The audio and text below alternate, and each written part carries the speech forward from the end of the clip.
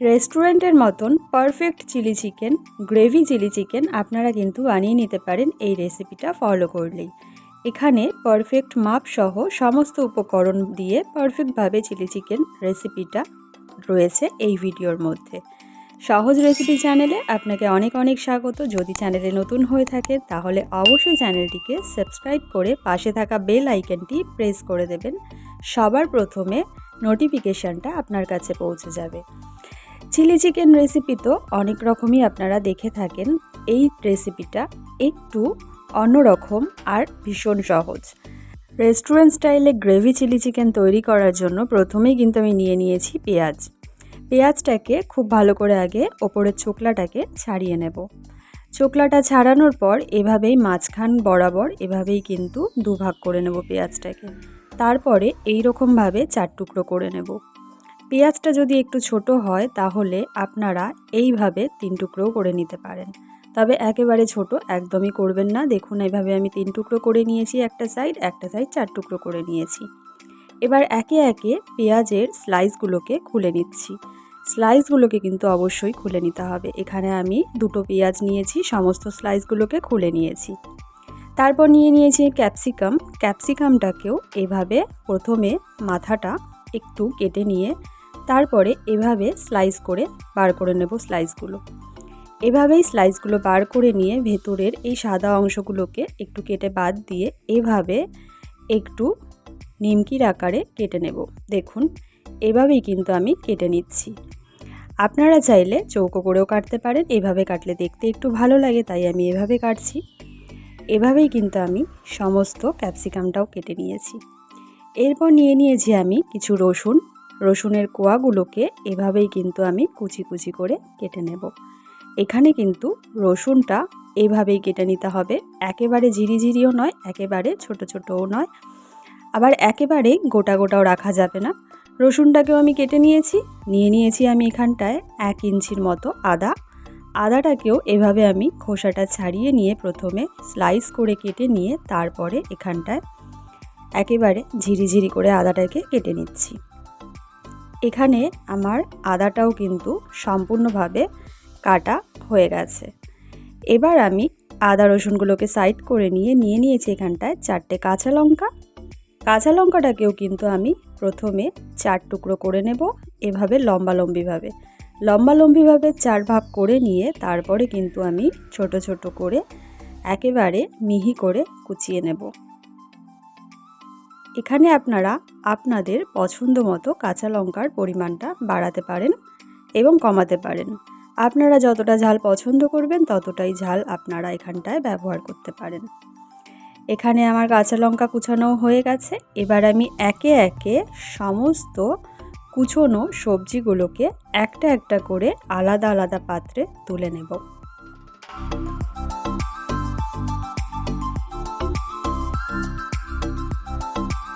এবার আমি নিয়ে নিচ্ছি ধনেপাতা।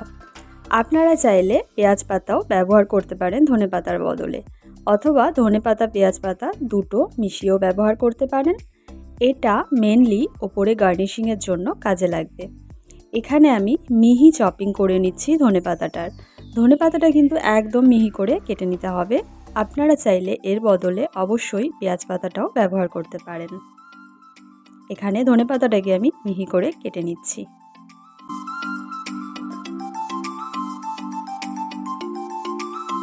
ধনেপাতাটাও এখানে কিন্তু আমার কাটা হয়ে গেছে। এখানে কিন্তু অলমোস্ট আমার যে কটা সবজির প্রয়োজন আমি কিন্তু সমস্ত কিছু উপকরণ কেটে নিয়েছি। এবার আমি নিয়ে নিয়েছি এখানটায় মাংস বা চিকেন। এখানটায় আমি 500 গ্রাম চিকেন ব্যবহার করছি, আর আমি কিন্তু বোনলেস চিকেন আনিনি। আপনারা চাইলে বোনলেস চিকেনও আনতে পারেন বা হাড়সহ চিকেন দিয়েও কিন্তু ছোট ছোট টুকরো করে করতে পারেন। প্রথমেই আমি কিন্তু দিয়ে দিয়েছি নুন, এবং কালার ঝালের জন্য আমি কিন্তু এখানটায় ব্যবহার করছি কুকমির রেড চিলি পাউডার। এই কুকমির রেড চিলি পাউডারটা যতটা দেখতে সুন্দর আর কালারটাও কিন্তু ভীষণ সুন্দর আসে। দেখুন কতটা পারফেক্টভাবে লাল। আর এখানটায় কিন্তু আমি কুকমির রেড চিলি পাউডারটা 2 চামচ ব্যবহার করছি। 2 চামচেই কিন্তু কাফি, 2 চামচেই বেশ পরিমাণে ঝাল হয়ে যাবে। অবশ্যই এই কুকমির রেড চিলি পাউডারটা আপনারা ব্যবহার করতে পারেন। এখানটায় তারপরেই আমি দিয়ে দিচ্ছি একটা গোটা ডিম। ডিমটাকে ভালো করে ফাটিয়ে দিয়ে দিচ্ছি।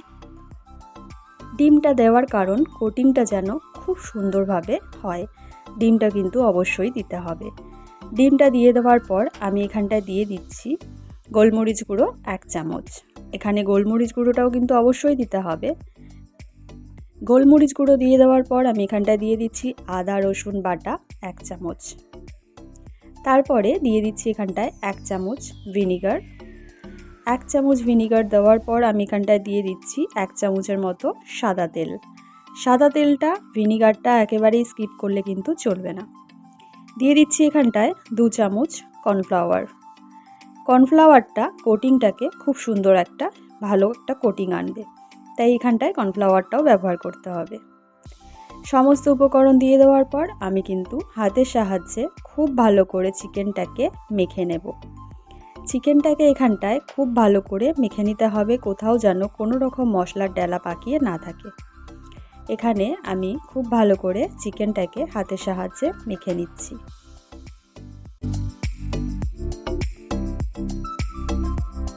এখানে আমার চিকেনটা মাখা হয়ে গেছে। আমি চিকেনটাকে ম্যারিনেট করে এবার রেখে দেব 30 মিনিটের জন্য।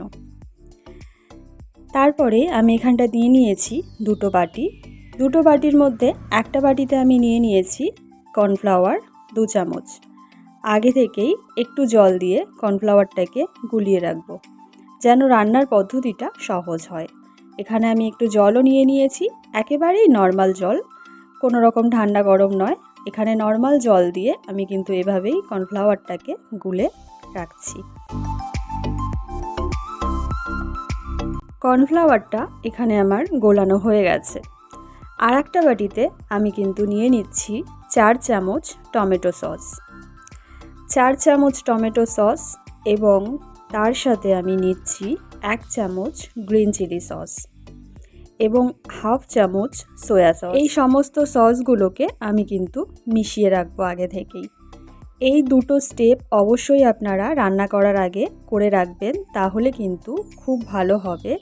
না হলে কিন্তু যখন আপনারা রান্নাটা করবেন তখন কিন্তু এগুলো করতে গিয়ে আরেক দিকে যখন আপনারা রান্নাটা করবেন তখন কিন্তু পুড়ে যেতে পারে জিনিসগুলো, তাই অবশ্যই আগে থেকে এই জিনিসগুলোকে করে রাখুন। এবার আমি নিয়ে নিয়েছি কড়াই। কড়াইতে দিয়ে দিয়েছি সাদা তেল। এবার আগে থেকে ম্যারিনেট করা চিকেনগুলোকে এভাবে এক পিস করে কড়াইতে দিয়ে দিচ্ছি। তেলটা অবশ্যই ভালো করে গরম করে নেবেন, তারপরে এভাবেই চিকেনগুলোকে এক পিস করে ছেড়ে দেবেন।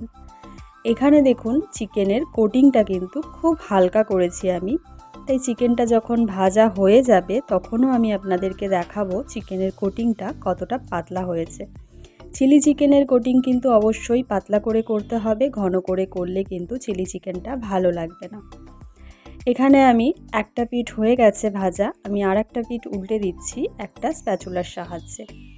এভাবেই আমি চিকেনের পকোড়াগুলোকে লাল লাল করে ভেজে নেব। আচ্ছা, আপনারা রেসিপি তো দেখেন, সাবস্ক্রাইবটা কেন করেন না বলুন তো? লাইক কমেন্টও করেন না কেন? কি সমস্যা? একটা লাইক করলে আমাদের কিন্তু উৎসাহটা বাড়ে, আর কমেন্ট করলে আমরা বুঝতে পারি আপনাদের কেমন লাগলো রেসিপিটা। কোনো ভুল ত্রুটি হলে তাহলে আমরা চেঞ্জও করে নিতে পারবো, নিজেকে শুধরে নিতে পারবো। অবশ্যই কিন্তু কমেন্ট করে জানাবেন, লাইকটাও করবেন, সাথে অবশ্যই সাবস্ক্রাইবটা করবেন। আপনাদের একটা সাবস্ক্রিপশান আমাদের জন্য কিন্তু অনেক মূল্যবান। অবশ্যই সাবস্ক্রাইবটা করে রাখবেন, আর পাশে থাকা বেল আইকনটিকেও অল করে দেবেন, যেন ভিডিওটা ছাড়ার পর সবার আগে আপনার কাছে নোটিফিকেশানটা পৌঁছে যায়। এখানে দেখুন আমি কিন্তু পকোড়াগুলোকে অলমোস্ট ভেজে ফেলেছি, অলমোস্ট হয়েই গেছে পকোড়াগুলো। এবার কিন্তু খুব ভালো করে একটু নাড়াচাড়া করে নিয়েই আমি কিন্তু পকোড়াগুলোকে তুলে নেব। একদম বেশি লাল করা যাবে না, এই রকম কিন্তু গোল্ডেন ব্রাউন কালার করে নিতে হবে। গোল্ডেন ব্রাউন কালার করে পকোড়াগুলোকে ভেজে তুলে নিতে হবে। খুব বেশি কড়া করে ভাজলে তাহলে কিন্তু কোটিংটা শক্ত হয়ে যাবে আর পকোড়াগুলোও পুড়ে যাবে। এখানে আমি একটা ছাঁকনির সাহায্যে এইভাবেই পকোড়াগুলোকে তুলে নিচ্ছি। দেখুন কত সহজে পকোড়াগুলো কত সুন্দর একটা হালকা কোটিং হয়েছে। আর খুব ভালো হয়েছে। আপনাদের আমি ভেঙেও দেখাচ্ছি পকোড়াগুলো কতটা সুন্দর একটা হালকা কোটিং হয়েছে। পারফেক্ট চিলি চিকেনের জন্য এই রকমই কিন্তু পকোড়া তৈরি করে নিতে হবে। দেখুন এখানে কিন্তু আমি বেশি একটা ভাজিনি, আবার একেবারেও কিন্তু হালকাও ভাজিনি, একেবারে মিডিয়ামভাবে এরকমভাবে কিন্তু হালকা লালচে লালচে করে ভেজে নিয়েছি। আবারও আমি তেলের মধ্যে ওই একইভাবে পকোড়াগুলোকে ছেড়ে দিচ্ছি। এবার আপনাদেরকে দেখাচ্ছি, দেখুন কতটা সফট হয়েছে, দেখুন কতটা গোল্ডেন ব্রাউন কালার হয়েছে, আর দেখুন কতটা সফট হয়েছে, আপনারা নিজেই দেখতে পাচ্ছেন। গরম আছে তাই আমি ভাঙতে পারছি না। দেখুন কতটা সফট হয়েছে, ভিনিগার দেওয়ার কারণেই কিন্তু পকোড়াটা খুব ভালো সফট হয়েছে। আর এভাবেই কিন্তু পারফেক্টভাবে ভাজলে মাংসের যে জুসি ভাবটা সেটাও কিন্তু বজায় থাকবে। দেখুন কতটা পরিমাণে জুসি আছে পকোড়াগুলো। এভাবেই কিন্তু কোটিংগুলো পাতলা পাতলাই হবে। এখানে আমার বাকি পকোড়াগুলো ভাজা হয়ে গেছে। আমি কিন্তু আবারও ছাঁকনির সাহায্যে পকোড়াগুলোকে তুলে নিচ্ছি। এইভাবেই কিন্তু আমি সমস্ত পকোড়াগুলোকে ভেজে নিচ্ছি। এখানে আমার সমস্ত পকোড়া ভাজা হয়ে গেছে। এবার আমি ওই একই তেলের মধ্যে দিয়ে দিচ্ছি প্রথমে আদা রসুন কুচি। এই সময় কিন্তু অবশ্যই গ্যাসের ফ্লেমটাকে লো করে রাখতে হবে। দিয়ে দিচ্ছি লঙ্কা কুচি, ভালো করে নেড়ে নিচ্ছি। ভালো করে নেড়ে 30 সেকেন্ডের জন্য একটু ভেজে নিতে হবে হালকা করে। তারপরেই আমি এখানটায় রং এবং একটু ঝালের জন্য দিয়ে দিচ্ছি কুকমি রেড চিলি পাউডার। এই রেড চিলি পাউডারটা অবশ্যই কিন্তু আপনারা ব্যবহার করে দেখবেন। যতটা ভালো রং আসে ততটাই কিন্তু ঝালের পরিমাণটাও পারফেক্ট হয়। এখানটায় আমি কুকমি রেড চিলি পাউডার দিয়ে দিচ্ছি 1 চামচ। তারপর দিয়ে দিচ্ছি এখানটায় নুন একদম কম, যেহেতু সসে প্রচুর পরিমাণে নুন থাকে তাই এখানটায় কিন্তু নুনটা কমই ব্যবহার করতে হবে। একটু নাড়াচাড়া করে নিচ্ছি 30 সেকেন্ডের জন্য আবারও। তারপরে দিয়ে দিচ্ছি আগে থেকেই যে কেটে রেখেছিলাম ক্যাপসিকামটা দিয়ে ভালো করে একটু সমস্ত কিছু মিশিয়ে নিচ্ছি ক্যাপসিকামের সঙ্গে। ক্যাপসিকামটাকে 30 সেকেন্ডের জন্য একটু নাড়াচাড়া করে নেব। তারপরেই তার মধ্যে দিয়ে দেব আগে থেকে কেটে রাখা পেঁয়াজটা কিন্তু পরেই দিতে হবে, কেননা পেঁয়াজটা খুব তাড়াতাড়ি গলে যায়, তাই কিন্তু পেঁয়াজটা পরেই দিতে হবে। তাহলে পেঁয়াজগুলো গোটা গোটা থাকবে, না হলে কিন্তু পেঁয়াজগুলো গলে যেতে পারে। পেঁয়াজটা দিয়ে ভালো করে কিন্তু আমি নাড়াচাড়া করে নেব আরও 10 থেকে 20 সেকেন্ডের জন্য। ভালো করে এখানটায় নাড়াচাড়া করে নেওয়ার পর এবার আমি এর মধ্যে দিয়ে দেব আগে থেকে যে সব রকম সস দিয়ে আমি তৈরি করে রেখেছিলাম ওই সসগুলো। এখানে দেখতেই পাচ্ছেন আশা করি, আমি কিন্তু আগে থেকেই বাটির মধ্যে সমস্ত সসগুলো ভালো করে মিশিয়ে রেখেছিলাম। এর মধ্যে একটু জল মিশিয়ে ভালো করে কিন্তু নাড়িয়ে দিয়ে দিলাম সসটাকে। এবার একটু নাড়াচাড়া করে সসগুলোকে খুব ভালো করে একটু সমস্ত কিছুর সঙ্গে মিশিয়ে নেব। সসটা আগে থেকে রেডি করা থাকলে কিন্তু এই সময় তাড়াহুড়ো করার কোনো প্রয়োজন পড়ে না। আর এই সময় যদি সসটা আপনারা আগে থেকে রেডি না করে রাখেন তাহলে কিন্তু তাড়াহুড়ো করতে গিয়ে এই পেঁয়াজ ক্যাপসিকামগুলো পুড়ে যেতে পারে। তো এখানটায় আমি 30 থেকে 40 সেকেন্ডের জন্য একটু ফুটিয়ে নেব ভালো করে। তারপরে আমি তার মধ্যে দিয়ে দেব আগে থেকে তৈরি করে রাখা চিকেনের পকোড়াগুলো এখানটায় আমি দিয়ে দিচ্ছি। আমি কিন্তু এই মুহূর্তে অবধি কোনো রকম জল ব্যবহার করিনি, কোনো রকম কিন্তু জল অথবা অন্য কিছু ব্যবহার করিনি। আমি এখানটায় পকোড়াগুলো দিয়ে আমি কিন্তু ভালো করে নাড়াচাড়া করে পকোড়ার সঙ্গে সমস্ত কিছু খুব ভালো করে মিশিয়ে নিচ্ছি।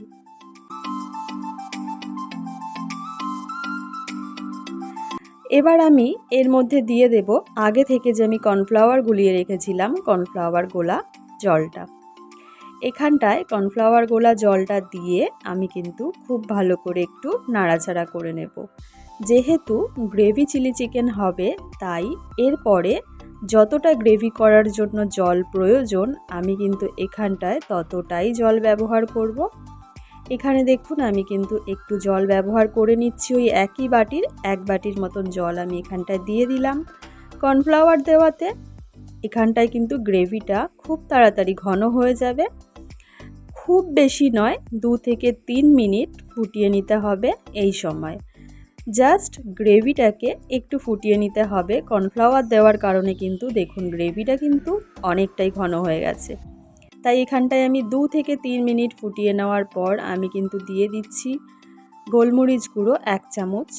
গোলমরিচ গুঁড়োটা একটু বেশি ব্যবহার করবেন আপনারা যদি পছন্দ করেন। যদি পছন্দ না করেন তাহলে হাফ চামচ ব্যবহার করবেন, না হলে কিন্তু টেস্টটা একেবারেই আসবে না। তাই অবশ্যই গোলমরিচ গুঁড়োটা কিন্তু আপনারা ব্যবহার করবেন। এখানে আমি গোলমরিচ গুঁড়োটা দিয়ে ভালো করে নাড়াচাড়া করে নিয়েছি। এবার আমি গার্নিশিংয়ের জন্য দিয়ে দিচ্ছি ওপর থেকে ধনেপাতা কুচি। ধনেপাতা কুচির বদলে আপনারা পেঁয়াজ পাতা কুচি ব্যবহার করতে পারেন, অথবা ধনেপাতা এবং পেঁয়াজ পাতা দুটোই ব্যবহার করতে পারেন। ভালো করে নাড়াচাড়া করে নিয়ে কিন্তু আমি নামিয়ে নেব। চিলি চিকেনটা কিন্তু অলমোস্ট একেবারেই তৈরি হয়ে গেছে। এর থেকে কিন্তু আমি বেশি শুকনো করব না, যেহেতু গ্রেভি চিলি চিকেন, তাই এর থেকে বেশি শুকনো করলে তাহলে কিন্তু গ্রেভিটা একদম শুকনো হয়ে যাবে। আমি কিন্তু এই মুহূর্তে গ্যাসের ফ্লেমটাকে অফ করে দিয়েছি। দেখুন আমি আপনাদের তুলেও দেখাচ্ছি, গ্রেভিটা কিন্তু বেশ ভালো পরিমাণে আছে।